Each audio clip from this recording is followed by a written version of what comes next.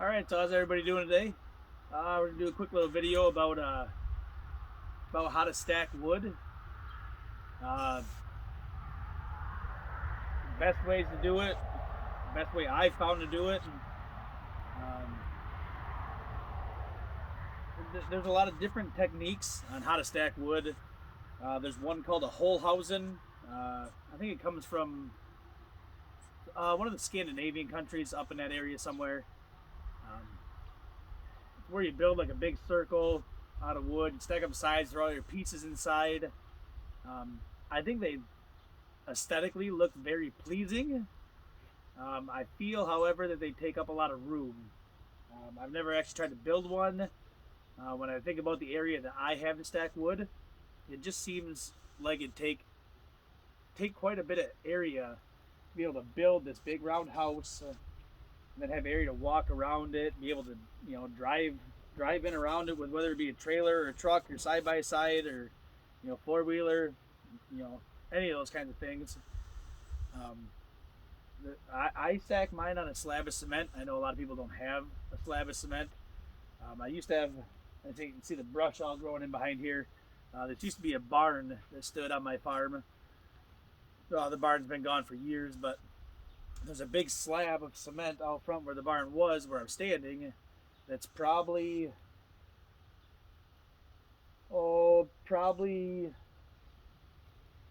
I'm gonna say probably 60 foot wide by 100 foot long ish, give or take.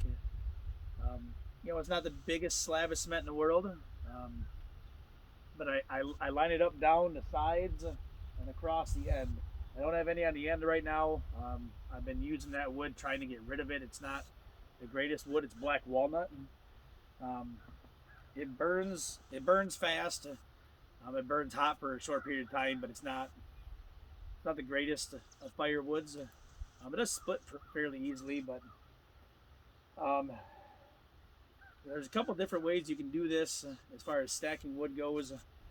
Um, you notice I have my hookaroon. I almost always use this anymore, stacking wood. When the piles, this is a decent little pile of wood right here, but I'm not a big fan of bending over to pick up wood anymore ever since I got this thing. I really like using it. Um, but there's a couple different ways. You can stack wood, which is what I'm actually going to do today, a little bit. Whatever this wood is here, I don't know how long it'll take me, a little bit, but I'm going to show you how I'm going to stack wood and how it'll end up looking when I'm done.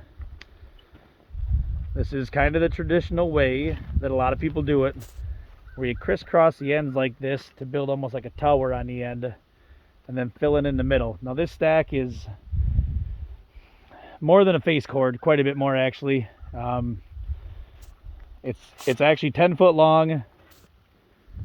It's about 5.5 foot tall or so. And I cut my wood 18 inches long. So, 10 times 5 is 50, times 1.5 feet comes out to 75 cubic feet, which is not quite, but almost 2 face cords. Face cord is 42.33 cubic feet. This one's about the same, but you can see I didn't stack the ends quite as high on it. So it's kind of humped in the middle like that.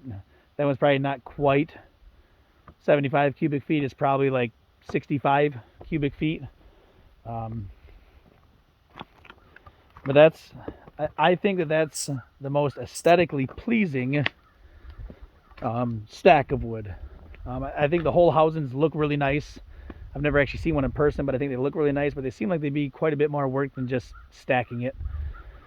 From the road, I just take a lot of pride in how that looks. I think it looks really nice. This is something I did. I stacked this stuff over here probably, I don't know, a month ago maybe or so.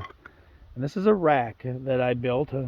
I've seen different videos on YouTube on how to build them, how they were assembled. You can see there's 3 cinder blocks on the bottom. 1, 2, 3. These end pieces slide down into cinder block, and I have them screwed. I think these ones I screwed through the end because I screwed my rack together before I actually put the pieces in. But it works really nice. These are supported by the cinder block, which is held in place by the actual weight of the wood. I'll do a video on how to make one of them. I mean, I will make another one. I'm not sure that this is the prettiest looking stack of wood, but it's definitely, I would say, faster than taking the time to stack the ends nice and neat like that one is. Now, like I say, I'm on a slab of cement. It's not the greatest cement. It's got cracks and stuff, and it's got grass coming through it, but it works very well for what I'm doing. I'm gonna set you back up here. Let's see, make sure you're pointing the right direction. Yep, okay. I'm gonna grab a couple things real quick.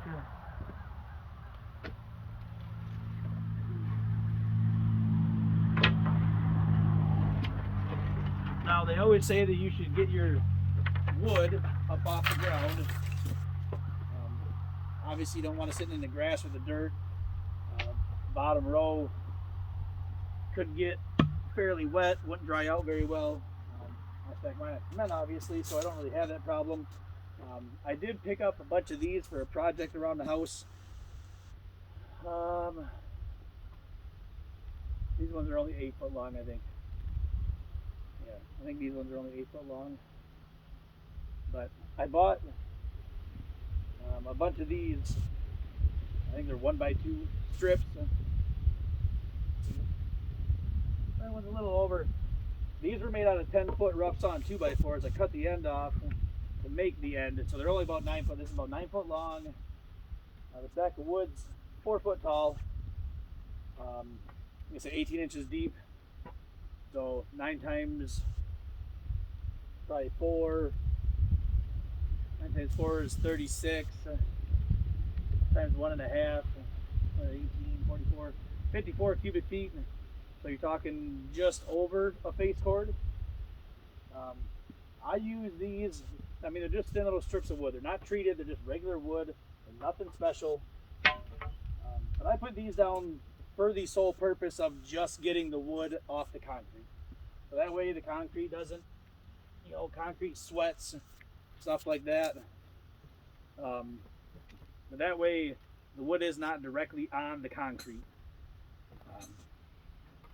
This also comes back to how you split your wood.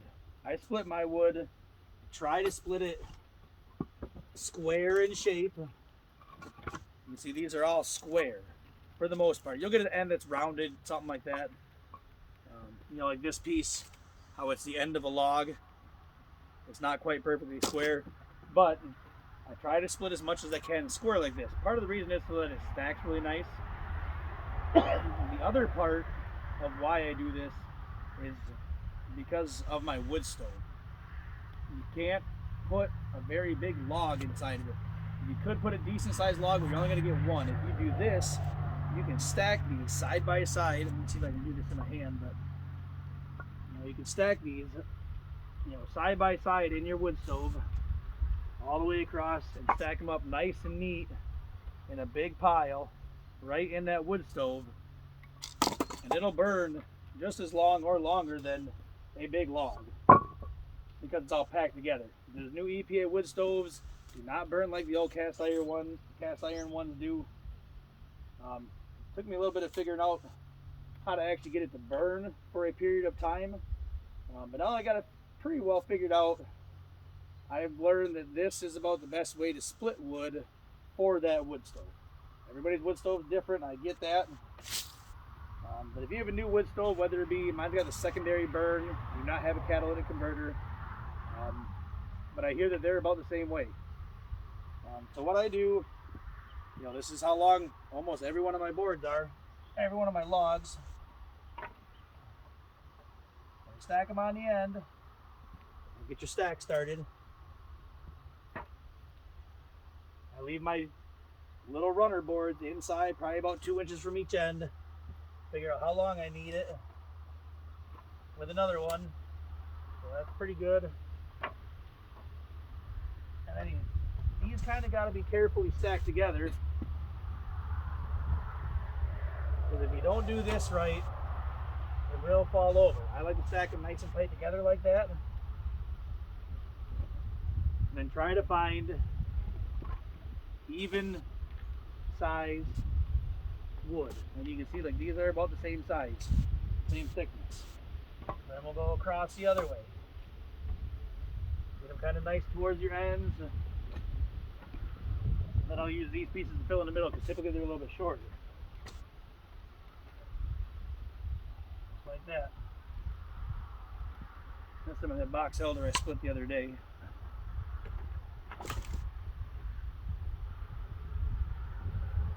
Now if you have a bigger piece, you can put it on the end like that. So you can find another one that's similar in size. That one's pretty thick. We'll put that one in. If your tower is going to lean, you want it to lean inward towards the pile. That way the pile will support it. You don't want it to lean front to back. Very minimal if you can. Otherwise it'll be prone to tipping over. You just keep building it up.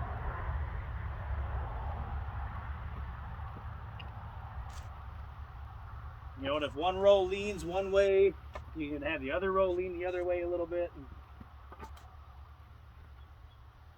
just use these to fill in between, little shorter ones.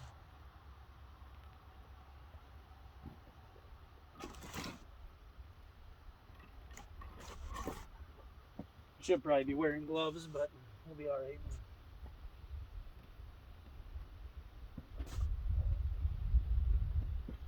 You know, like I say, I think this looks nicer. However, it does also take more time. If you don't build these ends right, your pile will not stay up. And once that tower on the end falls over, if it does, the rest of that pile will just come tumbling with it. What I do is as I build it up, see I got it up, I don't know what, maybe a foot, 16 inches. And I start putting my wood across the front. I wanted to support it as it goes. I do like this because I don't have to take the time to build the end. I can just grab the wood, you know, grab one. I use my hook and room for this too.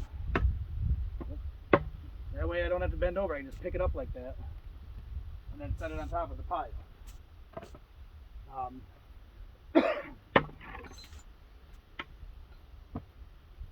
But since I got to bend over to make this end, I have to bend over anyway, so I probably won't use this a whole lot today. That's part of the reason also I think I'm going to go to more this kind of style, because you can just kind of toss your wood on it. As long as you keep it straight across the front, you should be all right.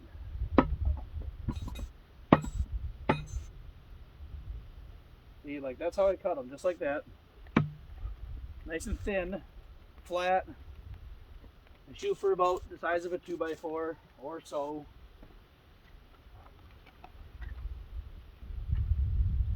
Stack them on there just like that. And then as I get more, I'll keep building my end up. And then I'll keep coming across the front. Now I can tell this one's starting to lean to the back a little bit. I'm gonna try to find me just a little thicker piece. Start bringing that back up just a little bit. You want to try to keep this as level as you can as you go up. Oh, this one's a little bit thicker. That one'll be alright. Yeah, that'll be alright. I try to keep, if you have one that's a quarter circle like that, I try to keep the straight edge to the outside. That way the span that it's sitting on is as wide as possible.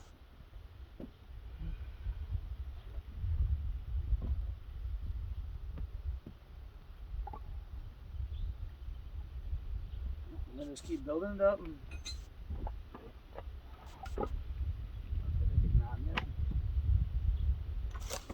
some of this stuff is pretty twisted. That's why I think I'm going to try to go to more of this style. And I think if you had a bunch of these lined up side by side, you know, 2 or 3 long, I think it would probably look a lot better than it does with just one lonely stand-in stacked like that. See how these are about the same size, same thickness. Same thing. Crisscross it. Try to keep them close to the outside edge. Like I said, you want this to, I mean, it needs to stand for, you know, up to a year maybe. Maybe more, maybe 2. I got a couple piles that I made. I'll show them to you. When I first started splitting wood, and they stood for quite a while, and then we got a pretty good storm that come through. They didn't stay standing very much longer. They fell over eventually. I also realized too when the first one that I made, they were all cut a little short. Some of them were cut previously. We've always had to cut wood out here at the farm. We have big fence rows that run through our property that you know, there's always tree branches that come down and trees that come down in storms and, you know, stuff like that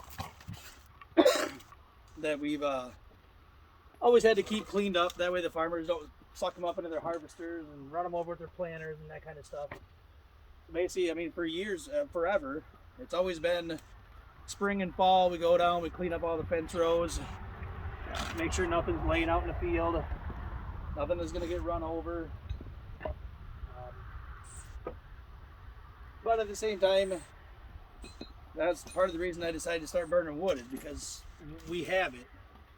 My wife was not super fond of the idea when I first brought it up. She thought it was going to be, you know, a lot of work, constantly out cutting and splitting and, you know, doing all this stuff to be ready. Her grandparents burned wood for a lot of years, and they just bought their wood. They didn't do it themselves. They bought it. I started burning wood because it was convenient, pretty much, and for me, it's free. No matter what, we have to get the trees and stuff out of the field, so the farmers don't suck them up into their equipment. So I mean, no matter what, we were going to have to cut wood up. Whether or not we burned it, sold it, gave it away, let it sit in a pile out back and rot somewhere, didn't make a difference. We were still going to have to cut it up. So I decided if we're going to have to do something with this wood, we might as well get some use out of it. You know, might as well heat the house with it. Like I say, it's free. We don't pay anything for it. I haven't had to buy any. Hopefully I'll never have to buy any. Someday I might have to. I sure hope not. I think if I ever have to start buying wood, I don't know if I'll keep burning it, to be honest with you. I don't see the point in paying for something that I can get for free. If you don't have wood and you need wood, or you want to start burning wood, you can actually get a permit. Now, this may be different depending on what state you live in. I know where I live in Michigan, you can get a permit from the DNR, the Department of Natural Resources, to actually go to state land and harvest firewood. You can't sell it. It's got to be for home personal use only, from what I understand. I've never done it. I thought about doing it, but I haven't, just to kind of see what it's all about. But I know what I read as far as Michigan goes, you can harvest up to 5 full cord, I think is what it said, for home heating purposes. Now, I don't know what the stipulations are behind what kind of wood you can harvest. if you can cut down living trees, if they got to be dead, dead standing or laying down. I don't know all the stipulations behind it. One of my buddies who's heated with wood his entire life, he's actually in his, he's almost 70, not quite, but he's a guy down the road that owns a sawmill.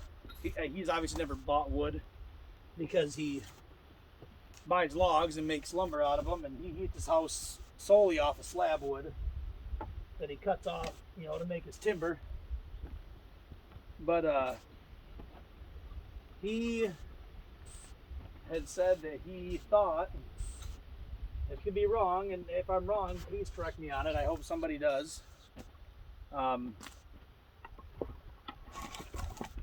you cannot harvest in any way, shape, or form nut-bearing trees, which most of the nut-bearing trees are what make good firewood. Oak, oak's a big one. Black walnut, hickory. Oak and hickory are two of the biggest firewoods there are.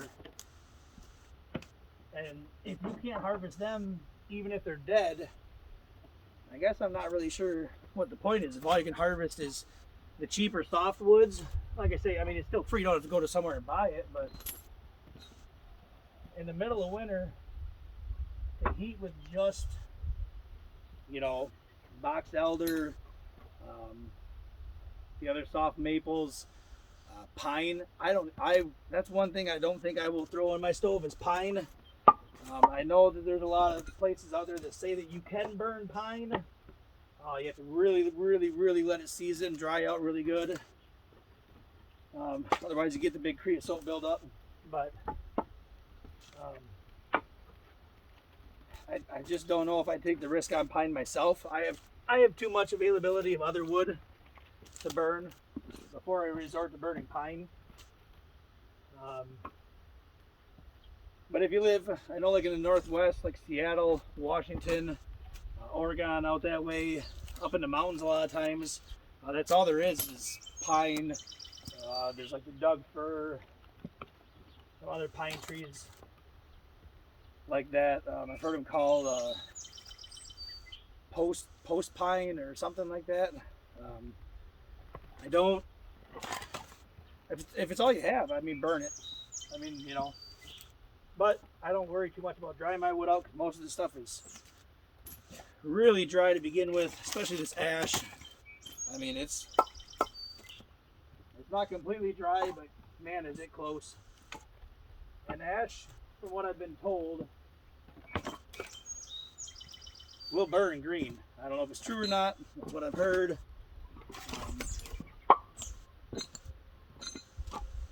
But you can see, like, once I start stacking this up, as this comes up, I'll just keep building this up with it. This is already probably about 3 foot tall. I haven't made it to the other end yet, obviously. I don't think I will quite with the amount of wood I have here, but maybe I'll force it to the other end, I don't know. But this is, everyone's got a big knot in it. Some of that stuff is real knotty like that, I'll just stack on top of another pile. This way it doesn't throw my pile off and make it lean one way or the other. But,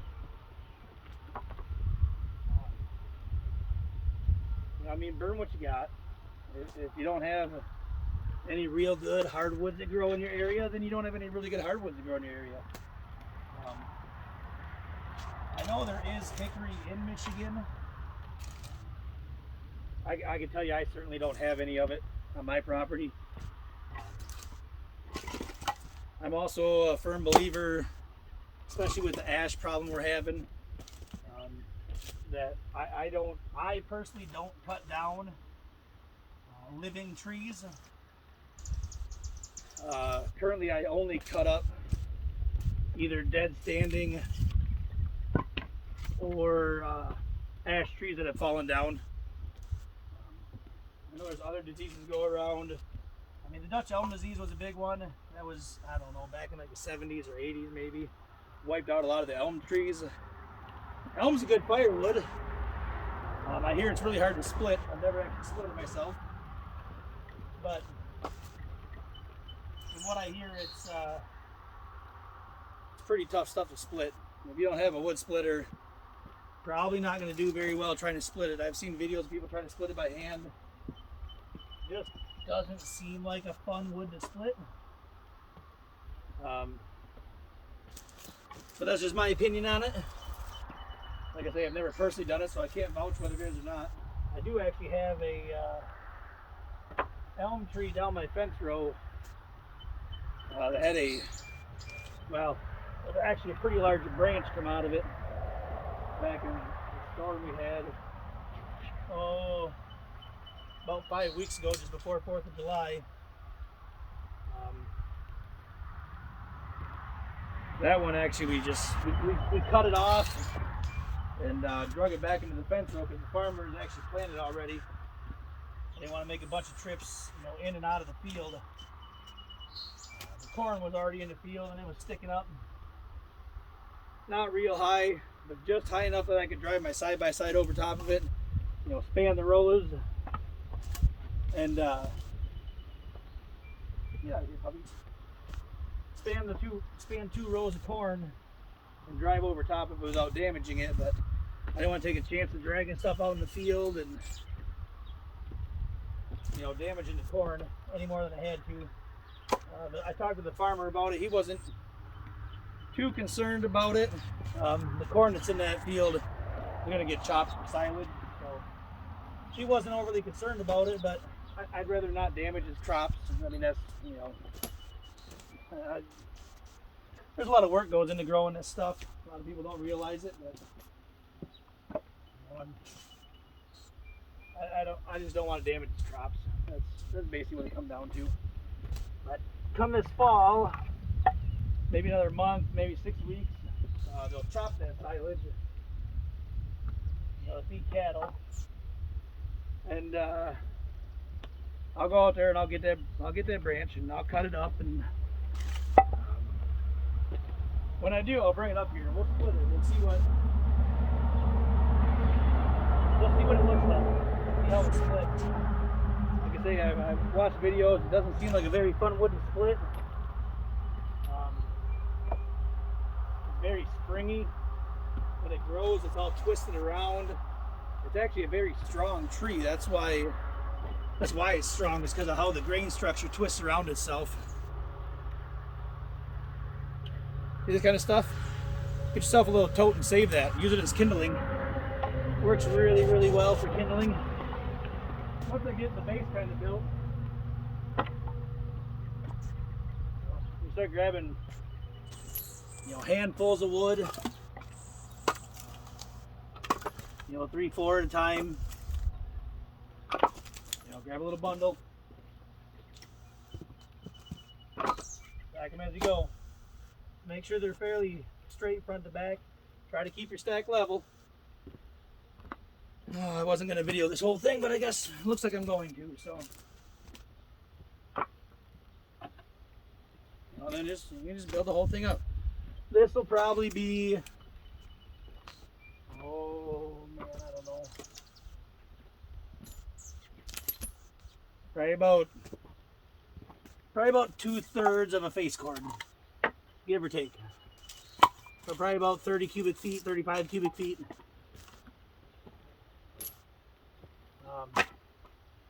Well, I can tell you from experience from last winter, I haul every Sunday. I come out and I get wood and I haul it up to the house. And every Sunday, I have a rack I keep on my porch.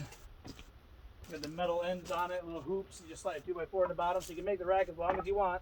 And I wanted it to fit between the end of my porch and my window, so it stays covered. It's out of the water, out of the rain, wind, snow. It's only 4 foot long, so I stack it 4 foot long.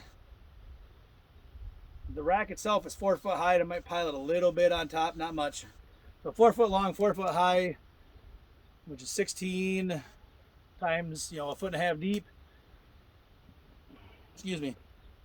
It's about 20 24 cubic foot, which is basically 1/5 of a full cord. And in the dead of winter, when it's 10 degrees out, snowing, blowing, that 24 cubic feet of wood will heat my house for a week. If I have to come out and grab 5 pieces of wood to make it to Sunday, that's about it. So this is 8 foot long. Up here it's probably about 3 foot high, tapers down. If I level it off, it'll probably be about 2.5 foot tall. So I mean, 8 times 2.5. 8 times 2.5 is 20. Times 1.5 foot deep is 30. So 30 cubic feet. This much right here is basically what I would haul up to the house every Sunday. Yeah, that's about right. Because usually one of them big stacks will last me about 4 weeks. I can get about 4 loads out of one of them big stacks. Like this one, I probably get 3 loads out of it. So 3 weeks of wood, maybe a little bit more. And that make it a week. So this one stack will make me 3 weeks. These 2 stacks would make me a month. I can tell by looking without a problem. In the dead of winter, we're talking January, February, when it's 10, 15 degrees out, 0.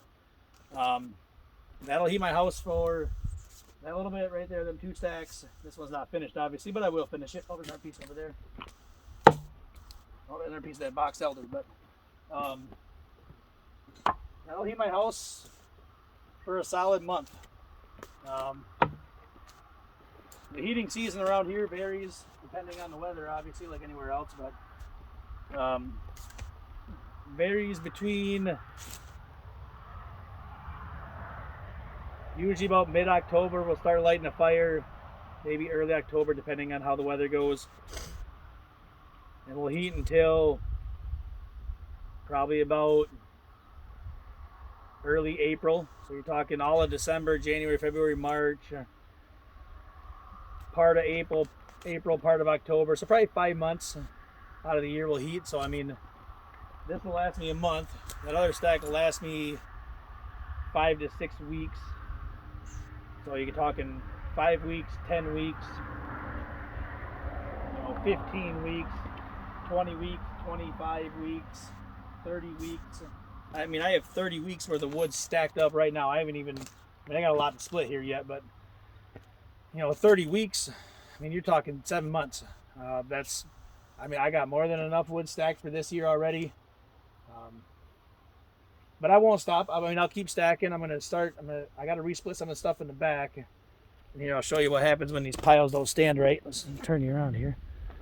But this is what they end up.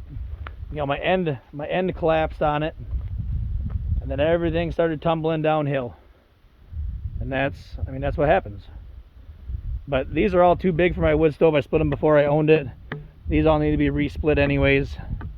Like these ones, I'll split in half. These ones I'll split in quarters probably. These are pretty much the right length, but you can see these are quite a bit shorter than these other ones. You can see the length difference. So you're talking, this one's 18, this one's probably only 12 or 14 inches. But I mean, that's kind of, that's how you stack wood. Like I say, whether you put it in the rack, I will say the racks are easier to stack on, but I don't think they look as nice as this. I think just a straight pile of wood looks a lot nicer. But that's for your decision to make. And if you want to try making one of them whole houses, I know there's videos out there on them. I have zero intentions on making them.